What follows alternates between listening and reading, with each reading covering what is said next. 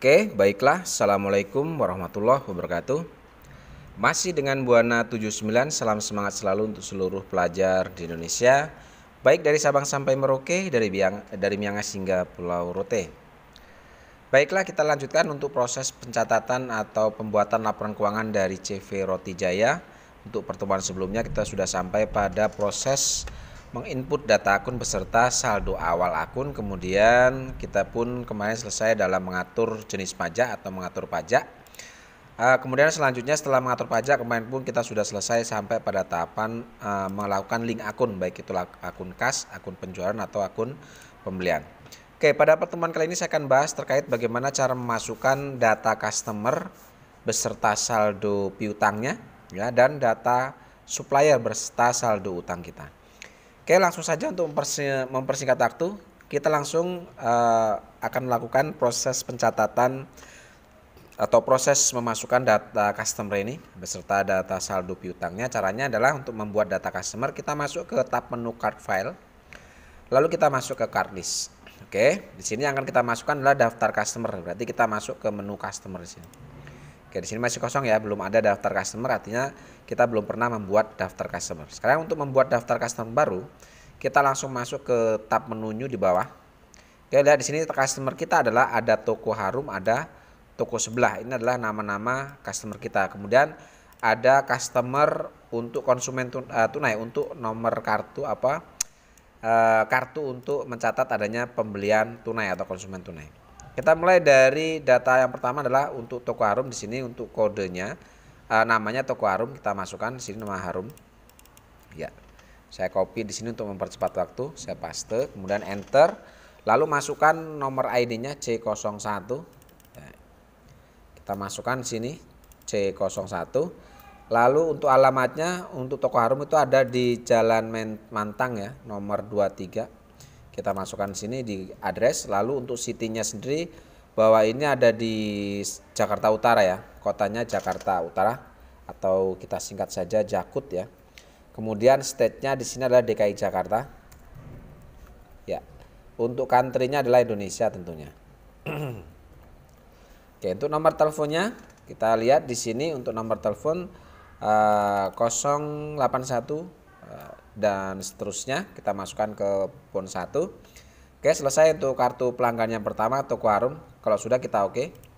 Kita buatkan untuk yang kedua untuk toko sebelah di sini. Kita new lagi. Oke, kita masukkan di sini namanya toko sebelah. Kita copy atau bisa kalian lakukan pencatatan secara manual, kalian ketik. Untuk nomornya di sini C02 untuk kartu ID, nomor ID-nya. Alamatnya di Jalan Bayangkara ya, DKI Jakarta, masih di Jakarta Utara, Jakut. Oke, di sini DKI Jakarta. Country-nya kita buat negara Indonesia. Oke, untuk nomor teleponnya 0815 sekian ini kalian masukkan di kolom phone number 1 ini. Ya, selesai. Kemudian yang ketiga kita buatkan kartu untuk adanya pencatatan penjualan tunai. Kita langsung masuk new lagi. Oke, namanya kita langsung buat konsumen tunai di sini ya. Ya, ini untuk mencatat adanya pembelian atau penjualan secara tunai. Lalu untuk ID-nya kita buatkan C03. Ya, seperti ini. Ya, selesai ya. Untuk pencatatan penjualan tunai tidak perlu untuk address dan seterusnya, kita tidak perlu kita catat ya, karena konsumen tunai biasanya adalah customer baru yang tidak perlu kita catat di mana alamat dan seterusnya. Kalau sudah oke. Oke, selesai untuk proses pembuatan kartu pelanggan atau membuat data customer. Selanjutnya kita akan coba masukkan saldo piutang ini ya. Untuk memasukkan daftar saldo piutang dari masing-masing customer ini, kita masuk ke menu setup, lalu masuk ke balance, kita masuk ke customer balance. Oke, sekarang pertama kita masukkan daftar saldo piutang atas nama toko Harum yaitu 700.000. Kita klik untuk toko Harum, klik panahnya. Lalu masuk ke add cell, klik add cell, lalu kita enter. Untuk termin penjualannya karena di awal sudah kita atur, maka otomatis di sini sudah keluar net 30. Untuk invoice-nya, terjadinya piutang itu di sini tidak ada keterangan ya kapan terjadinya piutang. Sehingga ini tidak perlu invoice-nya tidak perlu kita isi. Kemudian di sini tanggal terjadinya piutang pun di sini tidak jelas ya kapan terjadinya piutang, sehingga tidak perlu kita masukkan tanggalnya. atau kita buat sebagai saldo awal ya, kita masukkan tanggal 1 Desember aja di sini. Kita buatkan tanggal 1 Desember 2018. Oke, kemudian benar ya, periode akuntansi 2018. Oh ya, ini 2018. Oke. Kemudian selanjutnya kita masukkan nilainya di sini adalah 700.000 nilai piutangnya. Ya, untuk PPAT kodenya ini kalian aktifkan untuk yang NT, jangan dikenakan pajak karena nilai ini sudah termasuk pajak. Oke, kalau sudah kita record. Oke. Selanjutnya kita masukkan untuk daftar saldo piutang atas nama toko sebelah. Kita masukkan toko sebelah, use. Oke. Lalu add cell. Ya, di sini kita masukkan terminnya, otomatis sudah isi. Untuk invoice-nya tidak perlu kita masukkan karena di sini tidak ada informasi invoice. Kemudian tanggalnya kita buat tanggal 1 Desember karena dianggap saldo awal. Lalu nilai jumlah saldo piutangnya di sini adalah 1.100.000. Ya, seperti ini. Oke, lalu untuk ininya kita aktifkan NT untuk text code-nya. Kalau sudah kita record. Oke, di sini congratulations artinya jumlah daftar saldo piutang yang kita masukkan ini sudah sama dengan daftar saldo piutang dagang yang ada di CV Roti Jaya. Oke, selesai untuk pemasukan data customer beserta data saldo piutang. Sekarang kita masuk ke daftar supplier ya. Masih sama caranya untuk mencatat atau membuat data customer ini, kita masuk ke tab menu card file, lalu kita masuk card list. Lalu di sini kita masuk menu supplier karena kita mau memasukkan daftar supplier.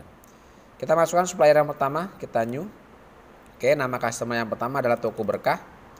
Ya, kita copy saja. Kemudian untuk ID-nya, iCard ID-nya kita ambilkan di sini S01. Ya, kemudian alamatnya kita ambil di sini Jalan Cendrawasih. Kita masukkan ke sini. Untuk city-nya masih di sini Jakarta Utara ya. Kita copy boleh atau kalian ketik manual. Sedangkan untuk state-nya ini adalah DKI Jakarta. Untuk provinsi untuk negara atau country-nya ini Indonesia. Kita masukkan sini. Dan nomor telepon kita masukkan 087 sekian, ini kita masukkan kalian masukkan di kolom phone number 1 ini. Ya. Oke. Lalu kita masukkan yang kedua, new lagi. Oke, yang kedua untuk supplier toko sandang. Kita masukkan ke sini. Kita enter. Card ID-nya S02. Kita masukkan di sini. Oke, lalu alamatnya kita ambil Jalan Kramat Jati nomor 56. Ya, masih di Jakarta. Oke, kita masukkan sini. Kemudian state-nya DKI Jakarta, kalian ambil, kalian masukkan sini. Dan country-nya adalah Indonesia. Oke, country-nya kita masukkan di sini Indonesia. Dan nomor teleponnya 021 sekian, ini kalian masukkan ke kolom phone number 1 ini. Oke, selesai untuk data suppliernya. Sekarang kita masukkan untuk daftar saldo utang kita kepada para supplier ini. Kita close dulu. Kita masuk ke setup lagi, lalu balance. Sekarang kita masuk ke supplier balance untuk daftar saldo utang. Klik supplier balance. Oke, sekarang kita masukkan untuk daftar saldo utang kita kepada Toko Berkah. Kita masuk ke Toko Berkah, klik panahnya. Oke, lalu add purchase. Kita masukkan terminnya, otomatis di sini sudah muncul karena di awal sudah kita atur. Untuk PO-nya karena di sini tidak ada nomor faktur ya, invoice tidak ada, maka kita kosongkan. Untuk tanggalnya pun kapan terjadinya utang juga tidak jelas, maka di sini bisa kalian masukkan tanggal 1 Desember 2018 sebagai saldo awal kita gitu. Lalu untuk jumlah utang dagang kita ini adalah 1.200.000 kepada Toko Berkah.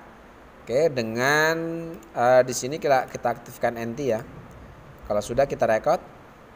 Lalu yang kedua, kita masukkan untuk yang toko sandang.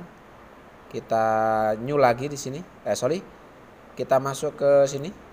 Ya, toko sandang kita use, lalu kita add purchase. Kita enter. Oke, masukkan di sini langsung saldonya karena ini informasi sudah sama. Langsung saldo utangnya adalah 10 juta di sini ya. Kita masukkan ke sini. Ya, 10 juta. Ya, di sini NT, kita buat NT, jangan sampai PPN, jangan dikenakan pajak. Kalau sudah kita record, oke, congratulations ya, artinya jumlah daftar saldo utang yang kita masukkan itu sudah sama dengan saldo utang dagang kita kepada masing-masing customer nih. Oke, selesai untuk memasukkan data customer, data supplier beserta saldo piutang dan saldo utang. Terakhir, kita akan coba masukkan daftar persediaan ini, ya. Kita masukkan daftar persediaan ini dengan cara kita masuk ke inventory, lalu kita masuk ke item list. Lalu yang pertama, tahapan pertama adalah kita buatkan dulu untuk daftar persediaannya, ya. Kita lihat di sini bahwa untuk roti tawar ini adalah produk jadi kita. Sedangkan terigu, biang roti, gula dan seterusnya sampai garam ini adalah masuk kategori bahan penolong, bahan baku dan penolong. Sehingga kita punya dua persediaan, yaitu persediaan produk jadi dan persediaan bahan baku dan penolong di sini. Oke, cara memasukkan daftar persediaan dulu ya. Kita masukkan di sini, kita gunakan new. Oke. Persediaan pertama adalah roti tawar. Item number M01 ya. Kita masukkan itemnya adalah M01. Oke, namanya baru roti tawar. Bahwa roti tawar ini adalah produk jadi kita, ya. Ini perusahaan manufaktur, jangan lupa bahwa untuk roti tawar ini adalah produk jadi kita. Oke, sekarang kita lihat di sini, kita checklist semua. Oke, untuk I buy this item ini karena produk ini adalah perusahaan roti tawar adalah perusahaan manufaktur, artinya di sini kita tidak membeli, ya, tidak membeli produk jadi, tapi membelinya bahan baku. Sehingga di sini untuk yang pertama ini tidak perlu kita checklist. Kemudian untuk I sell this item ini kalian link ke akun penjualan, ya, 4.000 ini. Dan untuk I inventory this item ini kita link karena ini adalah produk jadi, berarti kita masukkan atau kita link ke persediaan produk jadi. Ya, berarti yang ini persediaan produk jadi. Oke, use. Oke, kalau sudah kita ambil di sini, perhatikan untuk buying detail, menu buying detail dia tidak aktif karena dalam perusahaan manufaktur khususnya roti tawar ini karena produk jadi dia tidak membeli tapi dia memproduksi, ya. Dia hanya menjual. Berarti kita masuk ke pengaturan selling detail. Oke, untuk selling unitnya kita buat bahwa roti tawar satuannya adalah buah. Oke. Lalu untuk number of item per selling unit, artinya perhitungan penjualannya itu adalah per satu roti tawar atau per satu buah gitu perhitungannya. Oke, untuk tax code when sold-nya ini kalian link ke PPN, ya, ke jenis pajak PPN use. Oke, kalau sudah kita oke. Ya, ignore saja di sini. Ya. Kalau sudah oke ya. Oh, sorry, ini harus kita link ya berarti ya. Tetapi pada faktanya nanti ini tidak perlu kita link juga ya. Artinya ini tidak perlu gitu.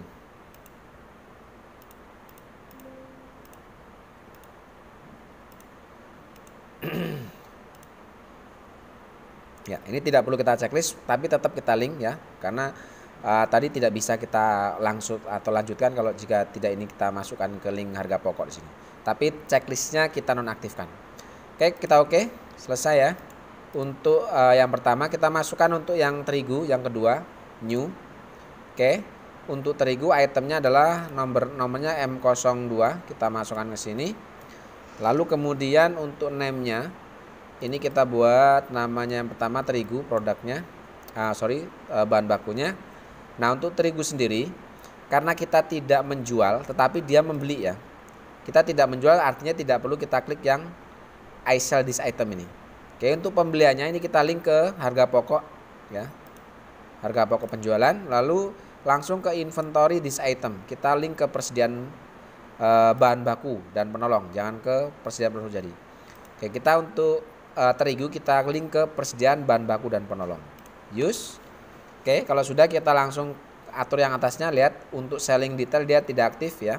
Karena kita tidak menjual bahan baku sehingga menu selling detail ini tidak aktif karena di sini tidak kita checklist. Oke, kita atur untuk pembeliannya di sini satuannya untuk terigu adalah kilogram. Kita buat di sini kilogram.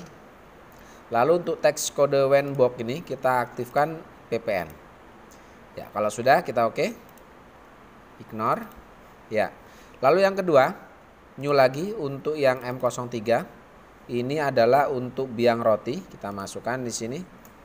Oke, nama produknya biang roti untuk bahan bakunya, Lalu kemudian untuk linknya sama, kita checklist yang nomor 1 dan nomor 3. Untuk I sell this item ini tidak perlu karena ini bukan menjual barang kita tidak menjual bahan baku ya, kita hanya membeli. Lalu kemudian kita atur buying detailnya sama, otomatis saja karena yang pertama tadi sudah kita isi, maka yang kedua otomatis dia akan mengikuti. Oke. Selanjutnya yang ketiga, yang keempat ya, untuk gula dengan kode di sini M04 dengan nama bahan bakunya adalah gula. Ya, seperti ini. Oke, sama kita checklist 2 saja. Kalau sudah langsung kita oke karena itu otomatis dia akan mengatur sendiri. Ya, lalu yang kelima ini adalah untuk bahan pengawet ya, kode M05 ini. Bahan pengawet. Oke. Lalu sama ini kita checklist, langsung saja kita oke. Karena yang pertama tadi udah sama, kita masuk yang ke-6, new lagi. Bahan baku yang ke-6, C. Oke, enter, kita masukkan namanya mentega. Ya, ini kita checklist yang pertama dan ketiga. Oke. Lanjut, yang terakhir adalah untuk yang garam, kode M7. Oke. Untuk garam. Lalu kita checklist yang pertama dan ketiga. Oke. Ya, selesai untuk membuat daftar nama persediaannya. Selanjutnya kita akan coba masukkan untuk nilai persediaan dan harga pokok persediaannya. Kita close dulu. Cara masukkan untuk jumlah persediaan dan harga satuannya, kita masuk ke adjust inventory. Kita masuk ke inventory ya, inventory. Oke, lalu kita masukkan di sini untuk persediaannya, kita perkecil dulu. Ya, jumlahnya di sini kita masukkan, yang pertama adalah 50 buah. Oke, lalu 150. Lalu kemudian 5 biang roti ya. Lalu 20, 2, 25 dan 6 kg. Oke, kalau sudah seperti ini, kita klik adjust inventory. Lalu kalian link di sini untuk persediaan bahan baku dan penolong. Use, continue, opening balance, adjust inventory. Oke, kita masukkan di sini karena ini saldo awal persediaan, maka kita buat tanggal 1 Desember 2018. Oke. Di sini keterangannya adalah persediaan awal. Awal bahan baku dan produk jadi. Oke. Sekarang kita masukkan untuk harga per atau harga satuan per buahnya roti tawar ya di sini. Untuk roti tawar sendiri yang 50 liter ini harga satuannya adalah 13.500. Oke, otomatis ini untuk yang roti tawar kita link ke persediaan produk jadi. Ya. Lalu kemudian untuk yang kedua, untuk harga satuan yang kedua itu 8.960. Ya. Ya, otomatis ini akan kita link ke persediaan bahan baku dan penolong. Ya, persediaan bahan baku dan penolong berarti yang ini. Use. Oke, lalu yang ketiga di sini untuk biang roti 25.000 per kilonya. Ya, ini pun sama, kita link ke persediaan bahan baku dan penolong. Lalu selanjutnya yang keempat ini 12.680. Ini kita link ke akun sama persediaan bahan baku dan penolong. Lalu selanjutnya untuk yang nomor 5 ini adalah untuk bahan pengawet per kilonya 20.000. Ya, ini pun link akunnya ke bahan baku dan penolong. Lalu selanjutnya untuk yang nomor 6 ini adalah untuk mentega itu 10.150. Ya, ini pun sama, kita link ke persediaan bahan baku dan penolong. Dan yang terakhir untuk nomor 6 itu adalah untuk garam nomor 7 ya, itu per kilonya 8.000. Ya, ini akunnya kita link ke persediaan bahan baku dan penolong. Oke, selesai. Kalau sudah kita record. Ya, oke, baik. Saya rasa untuk pertemuan kali ini selesai dulu sampai di sini, yaitu menginput daftar saldo piutang, daftar saldo utang ya, bersama daftar customer dan data supplier. Kemudian yang terakhir tadi kita memasukkan data persediaan ya, mulai dari roti tawar yaitu persediaan produk jadi dan terigu, biang roti dan seterusnya yaitu bahan baku dan penolong. Untuk selanjutnya kita akan sampai pada proses analisis dokumen transaksi ya. Ini akan kita bahas di pertemuan selanjutnya. Terima kasih. Assalamualaikum warahmatullahi wabarakatuh.